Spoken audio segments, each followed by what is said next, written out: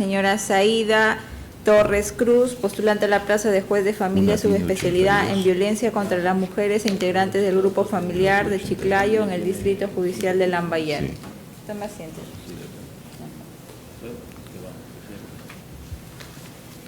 Doctora Torres, buenas tardes. Buenas tardes, señores miembros de la Junta Nacional de Justicia. Es un gusto para mí poder estar hoy frente a ustedes. Estoy atenta a las preguntas que tengan a bien formular. Doctora, explíquenos en qué cargo se desempeña en este momento.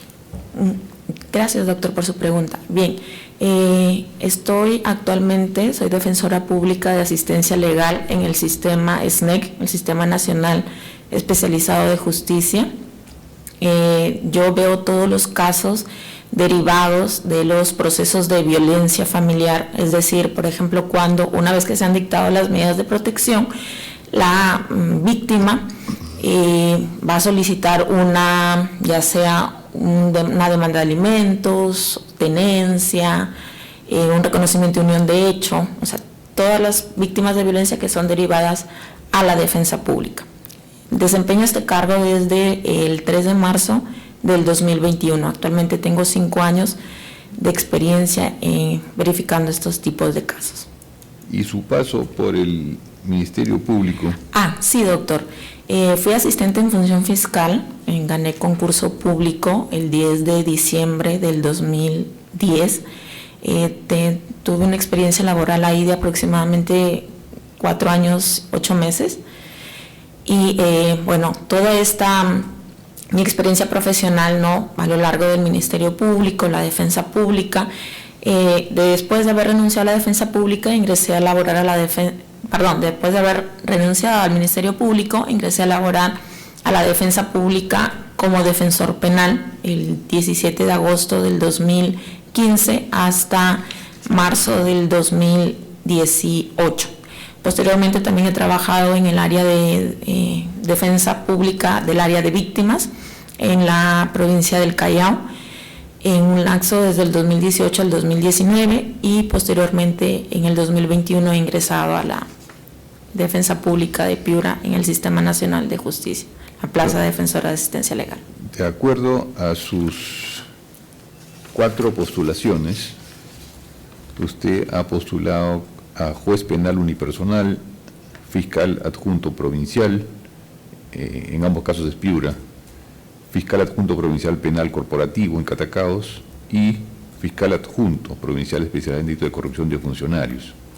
O sea, digamos, su experiencia en materia de delitos contra la mujer y los integrantes del grupo familiar es ¿de cuántos años? ¿De cuánto tiempo? Como le he indicado, doctor, tengo 5 años como defensora pública, en realidad como defensora penal, defensora de víctimas y defensora de asistencia legal, tengo un lapso desde el 2015 hasta el 2026. Esa es mi experiencia en las distintas áreas que he venido desempeñando, ¿no? Defensor penal, defensor de víctimas y actualmente defensora de asistencia legal en el sistema SNEC, el Sistema Nacional de Justicia Especializada, ¿no?, para la protección y sanción. Y una maestría en Derecho Constitucional y Derechos Humanos, ¿cierto? Así es, doctor. Referente a este aspecto, no he contado mi hoja de vida, pero ya he sustentado mi tesis en diciembre del año pasado y está en trámite de inscripción ante la SUNEDO. ¿Sobre qué tema es su tesis? El derecho a la identidad, a la prueba de ADN en el ordenamiento, el derecho a la identidad como el derecho fundamental a la identidad, a la prueba de ADN en el ordenamiento jurídico. Defínanos el concepto de derechos humanos y cuál es la forma en la que se han venido desarrollando en los últimos 80 años, que prácticamente a partir de la Segunda Guerra. Sí, los derechos humanos son los derechos fundamentales, entendidos estos pues que han sido clasificados como los derechos de primera generación, segunda generación, tercera generación y cuarta generación, ¿no? Los derechos de primera generación son los derechos civiles y sociales. Los segundos están relacionados a los derechos políticos, y los derechos de tercera y cuarta generación básicamente son a lo que es ya el medio ambiente, y también últimamente sobre el derecho a la tecnología también. Y probablemente con el crecimiento del dinamismo de lo que ahora enfrentamos, en unos años más probablemente tendremos otros tipos de derechos. ¿Cómo sería el derecho a la tecnología?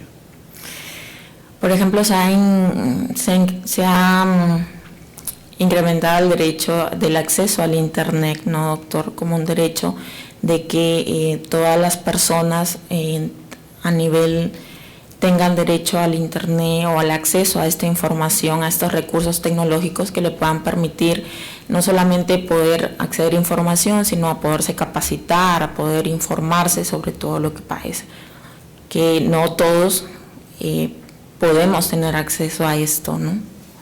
Dadas las limitaciones. ¿Y usted cree que este listado de derechos humanos en 4 generaciones va a ser un listado limitado, o los derechos humanos van a ir desarrollándose en el sentido de que van a ir ampliándose en número en los próximos años?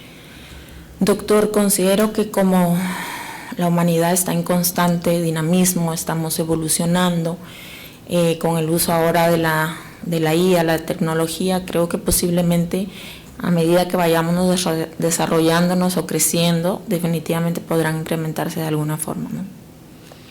Por el dinamismo propio, ¿no? Sí.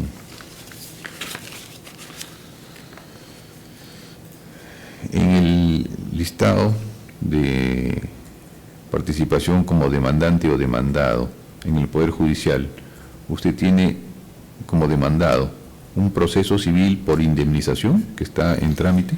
Doctor, sí, gracias por la pregunta. Yo formo parte como demandante. Como demandante. Como demandante.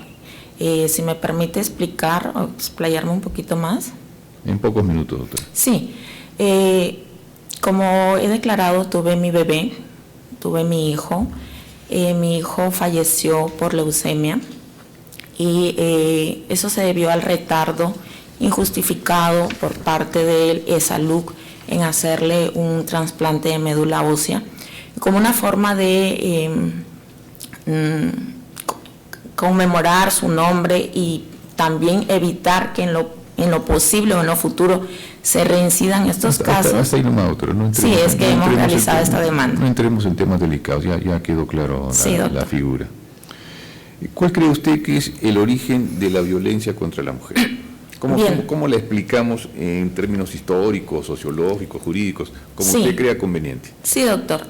Bueno, yo creo que la violencia contra la mujer se ha desarrollado en 3 factores, ¿no? Una histórico, estructural y cultural. Histórico por la constitución de las sociedades patriarcales, ¿no? En el que se tiene al hombre como la persona que es la cabeza de familia y que la mujer estaba por debajo o al cuidado de él, ¿no? Entiéndase primero que el padre cuidaba al hijo, a la hija, y después cuando le entrega para casarse con matrimonios arreglados, es el esposo quien es el encargado, ¿no? Y estructural porque también existe esta ideología o estas ideas que se han perennizado en el tiempo, en el sentido de que la mujer tiene que tener un rol sumiso respecto del rol del hombre, y cultural porque estas situaciones se han venido manteniendo en el tiempo y se han hecho como un estereotipo en el transcurso de los años, ¿no? En el desarrollo de toda la humanidad. Obviamente que a la fecha se han presentado varias circunstancias que nos permiten ir intentando superar esta violencia contra la mujer y tratando, pues no, por eso es que se han creado diferentes normativas para tratar de equiparar esta igualdad, ¿no? Usted dice que es una violencia de tipo estructural. Considero que es, sí, histórica, estructural y cultural. Ahí, ¿usted recuerda definición de Aristóteles sobre el hombre, ¿no? Digo hombre por decir género humano, no me refiero al hombre sexualmente. Decía que es un animal, el género próximo, y la diferencia específica que era racional. Pero somos en buena cuenta animales, ¿no? ¿Por qué en la biología natural el macho, digamos, estaba orientado a proteger a la hembra y a los cachorros? Era la forma natural de sobrevivir. Y de alguna manera, eso quiero que usted me lo confirme o lo discuta, eso se ha repotenciado incluso en nosotros. Durante todo el transcurso de la humanidad, la visión ha sido proteger a la mujer y a los hijos, de alguna manera. Pero esta protección, ¿en qué momento deviene en violencia? Ya, gracias por su pregunta, doctor. Bien, en efecto, pues, tal como usted lo ha referido, el hombre desde sus inicios tenía el rol de protector frente a la mujer. ¿Cuándo es que se dan? Es cuando se empiezan a ver unas relaciones asimétricas, muy diferenciadas, como por el ejemplo que la mujer depende específicamente del hombre, que no se le permita que pueda opinar, que pueda participar de la vida social, política, económica, ¿no? Eso creo que es cuando se dan esas... ¿Usted cree que en este momento la mujer no puede opinar de la vida social, económica, política? Sí, eso se ha ido superando a lo largo de los años, pero no significa que no se dé en algunas zonas aún de nuestro país, ¿no? Por ejemplo, en la sierra, sin irnos tan lejos, por ejemplo, yo trabajo en Piura, que es una costa, pero dentro de Piura hay la sierra piurana, que es Huancabamba. Y créame que a pesar que está muy cerquita de una zona costera, el machismo es bastante evidente. Los hechos de violencia son por el hecho de que inclusive el hombre camina adelante y la mujer va atrás, y que se siguen dando violencia física e inclusive sexual, pese a que está muy cerquita de la costa. No es una zona muy aislada, pero aún persisten esas situaciones de violencia, doctor, que aún debemos irlas trabajando para poderlas ir superando. Pero entonces, de acuerdo a su experiencia, el machismo es un asunto, y la violencia contra las mujeres es un asunto que podríamos circunscribir a las poblaciones andinas rurales. No solo, doctor, se desarrolla en todos los ámbitos y en todos los estratos sociales, considero. Solamente que quizás es un poco más visible en las zonas andinas, ¿no? Es más visible. Hace unos momentos tuvimos a un participante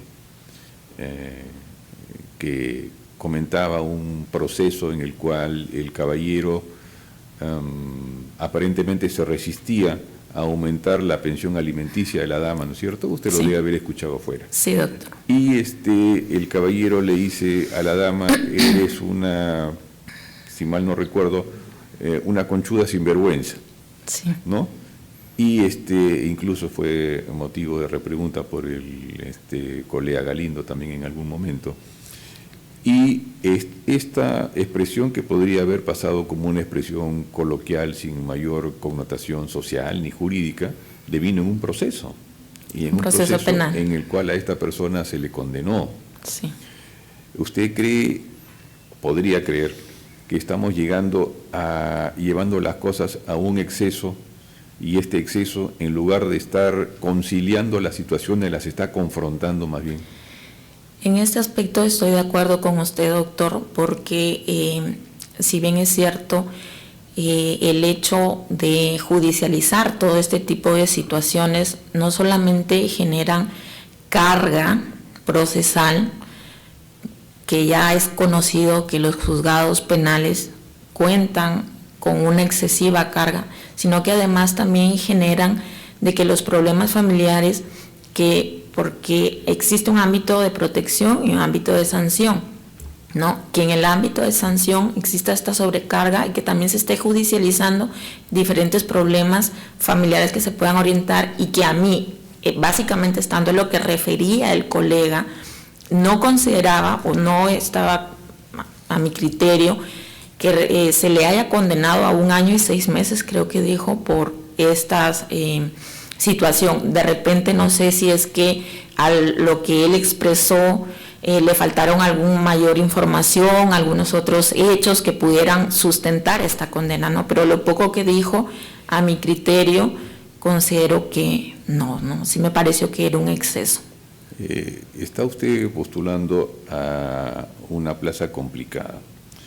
De llegar a tener la confianza y acceder a esta plaza, ¿cuál sería lo que usted haría en los primeros 100 o 200 días que harían la diferencia respecto de otros postulantes?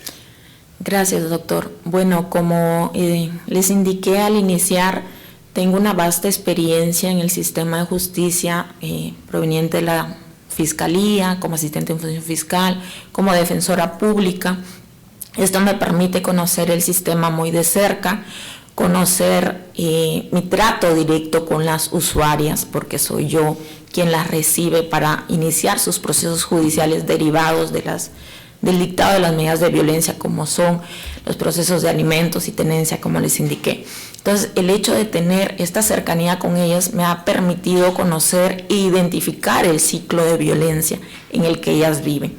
También por la experiencia me he podido dar cuenta, básicamente en los juzgados de familia de Paita, que no se dictan, si bien es cierto, se dictan medidas de protección, pero estas no van de la mano con las medidas cautelares que también te faculta la ley de que puedas dictar, ¿no? Como es una asignación anticipada de emergencia. En mi experiencia, si ustedes tuvieran a bien darme la confianza, propondría que se realice, pues, o se incluya a la Corte de Lambayeque, que es donde estoy específicamente postulando, el proyecto de Amauta Pro, ¿no? Como una buena política, que es el uso de la IA o de la tecnología para la redacción de las medidas de protección, para también, conforme se ha verificado que se viene aplicando este proyecto en Lima Norte, si no me equivoco, para que esto permita de una manera hacer más ágil la actividad propia de los despachos de los juzgados de familia, con su especialidad en violencia, y que también permita darnos tiempo para enfocarnos en los casos más complejos que se pudieran conocer, propias de la materia del juzgado. De acuerdo. Doctor de la Puente, ¿alguna pregunta? Una pregunta. Sí, señora doctor. Torres Cruz, Sí, doctor. una pregunta. Hemos estado hablando de casos, ¿no? de casos reales que han sido resueltos de una forma concreta. Yo le pongo un escenario hipotético de una mujer que denuncia a su pareja por violencia psicológica, y en la audiencia la defensa técnica del denunciado le enseña a usted mensajes de WhatsApp donde la mujer, ¿no? le envía mensajes expresando su amor y le pide que vuelva a casa, ¿no? Y le dice que esos mensajes desvirtúan la existencia de violencia. ¿Qué valoración le puede dar a esos mensajes de texto? Ya, gracias por su pregunta, doctor. Bien, este caso que me plantea me hace reevaluar, como ya le indicaba el doctor Cercovich, el ciclo de violencia, ¿no? El ciclo de violencia lo tengo plenamente identificado, porque empieza, pues, ¿no?, con la tensión, la explosión y la luna de miel.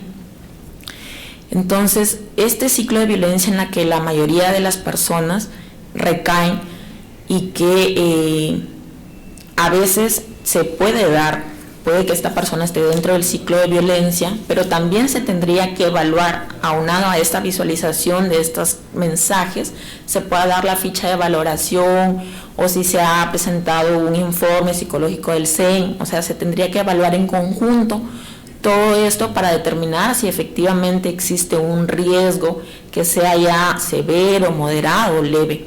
Y en situación de todo esto, poderse tomar una decisión, ¿no? Evaluando todo esto.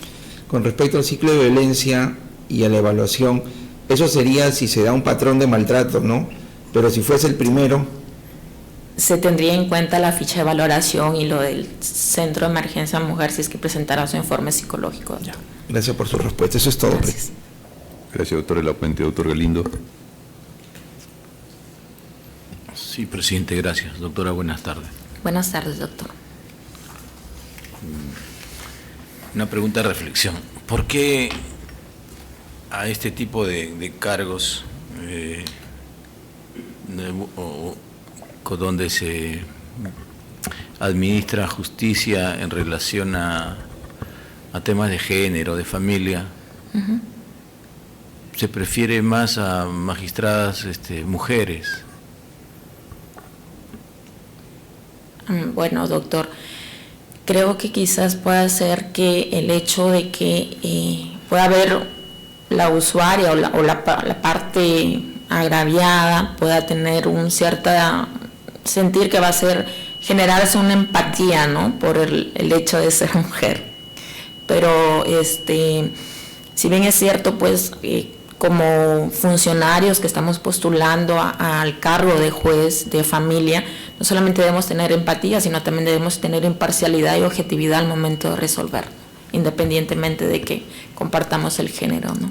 ¿Y no existe esa empatía de género? Claro, en algún momento, obviamente, no solamente debemos tener empatía, sino escucha activa también, ¿no? Pero eso no nos va a quitar la objetividad y la imparcialidad al momento de resolver. Por eso, no tienen esa empatía, esa carga emocional, ese sesgo histórico que usted ha narrado en relación a la discriminación de la mujer. No hay esa carga emocional en el juzgador femenino. No creo que se den todos los casos, doctor. No puedo hablar por todas, en realidad, específicamente puedo hablar por mí. Para eso creo que debemos, pues, viene aquí nuestra constante capacitación, nuestra objetividad y la imparcialidad, que son principios que no debemos perder de lado en ningún momento del desarrollo de nuestras funciones. Si bien es cierto, la empatía puede servir para que la persona pueda, no sé, hablar, relatar los hechos, o sea, sentirse quizás en un ambiente un poco más seguro, más, ¿no? Pero eso no nos debe impedir a nosotros a dejar de lado nuestros sesgos, ¿no? Para resolver. Porque una cosa es conocer los hechos históricos, apelando a los estudios, apelando a la información a la que uno pueda acceder, y otra cosa es comprar ese boleto, ¿no? Otra cosa es asumir eso como una realidad, incorporarlo como parte de nuestro juicio, y entonces en el momento en que usted administre justicia, estamos a veces priorizando el principio de culpabilidad frente a la presunción de inocencia. Hay una presunción de culpabilidad, ¿no?, en oposición a la presunción de inocencia constitucionalmente protegida. Claro, sí, doctor. Lo que pasa es que en el ámbito de protección de la ley 30364, no se debate o no entra en discusión el principio de que usted ha indicado, porque como lo ve, por la premura del tiempo que tienen que resolverlo, lo que se busca es, teniendo en cuenta lo que se presenta, la ficha de valoración de riesgo, los informes que pueda presentar el CEN, informes psicológicos, algún otro medio probatorio, certificado de repente, médicos legales, lo que se busca son respuestas inmediatas para proteger a esta víctima. Claro. Ya en el proceso penal se va a debatir el principio de presunción de inocencia. Pero usted ha referido a las medidas cautelares que no se dan, pero que son posibles de darse. Y, claro, normalmente esas cautelares se hacen con prueba mínima. Claro, ¿no? por ejemplo, yo me y refería... bajo el principio de la prevención, Sí, ¿no? Entonces, así es. a ver. Sí, yo me refería en el aspecto de las medidas cautelares que muy poco se usan, hablando al distrito, a la provincia donde yo trabajo, que es Paita actualmente, ¿no? Que muy poco se usan como la medida cautelar de asignación anticipada de emergencia. Cuando hay... O de alejamiento podría ser. Bueno, esas medidas sí vienen en el dictamen. ¿Qué otras cautelares podrían darse en todo caso? ¿Que no podría darse el alejamiento previo mientras se resuelve el tema? ¿En cuánto tiempo se resuelve un proceso de esta naturaleza? 24 horas. En la práctica, no estoy hablando en la teoría. En la ley establece 24 horas, pero creo que toman en cuenta, pues, según la ficha de valoración, el riesgo que marca, ¿no? Y si todo está claro o el riesgo es severo, o prescinden del desarrollo de la audiencia. Si el juez, la magistrada tuviera alguna duda, podrá invitar a una audiencia donde se pueda realizar. Pero doctor, ahorita me ha hecho recordar, no sé si me permite relatar un caso que conozco propio de una señora en el que ella denuncia un hecho de violencia por parte a su niña de 3 años por parte de su madrastra. Este caso, doctor, la señora lo ha realizado la denuncia en septiembre del 2025. Y este caso no solamente es violencia, sino tiene inclusive un tenor de connotación sexual en agravio de la menor. Puede creer que desde el mes de septiembre hasta la semana pasada que he salido de vacaciones, la señora aún no obtiene las medidas de protección. Por eso le digo, o sea, una cosa es lo que dice la norma y otra cosa es la práctica, ¿no? Y en la eventualidad de que usted asuma el cargo, obviamente va a tener la gran responsabilidad de corregir. Claro, esa doctor, y situación. priorizar sobre todo, ¿no? Si bien es cierto, como lo dijo el doctor Cercovich, es un juzgado que tiene mucha carga emocional por las mismas cosas que se ventilan. Me siento preparada porque es lo que yo veo día a día desde hace 5 años, ¿no? Porque trabajo directamente con las víctimas, pero creo que también hay que priorizar donde hay menores, donde los agraviados directamente son los menores. Hay que tener bastante cuidado con ese tema. Ok, doctora, muchas gracias por sus respuestas. Es todo, presidente. Gracias a ustedes. Gracias, doctor Galindo. Gracias, doctora. La entrevista ha concluido. Gracias. Doctor, si me permite dejarme... ¿Cómo no? Con la señorita, por favor. Gracias.